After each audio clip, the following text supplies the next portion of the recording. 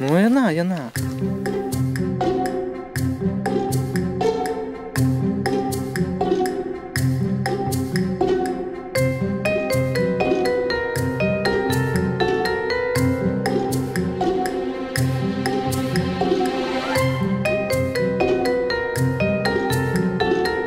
Не бачно її.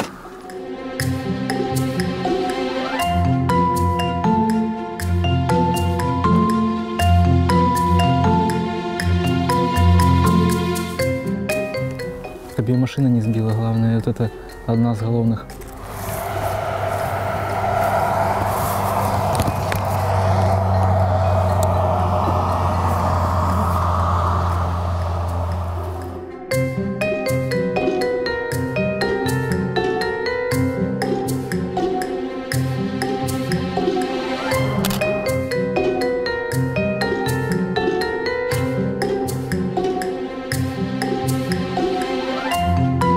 Той, хто шукає, той завжди знаходить.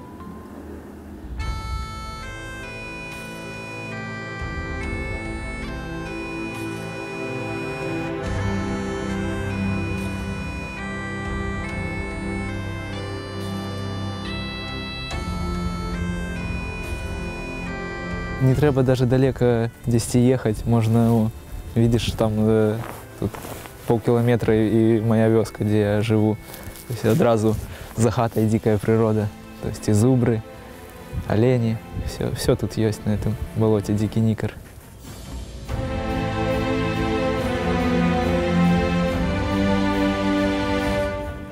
Кормиться приходят. Они весь час тут и в лес не уходят, зараз будут целую зимку тут отпочивать на тих полях.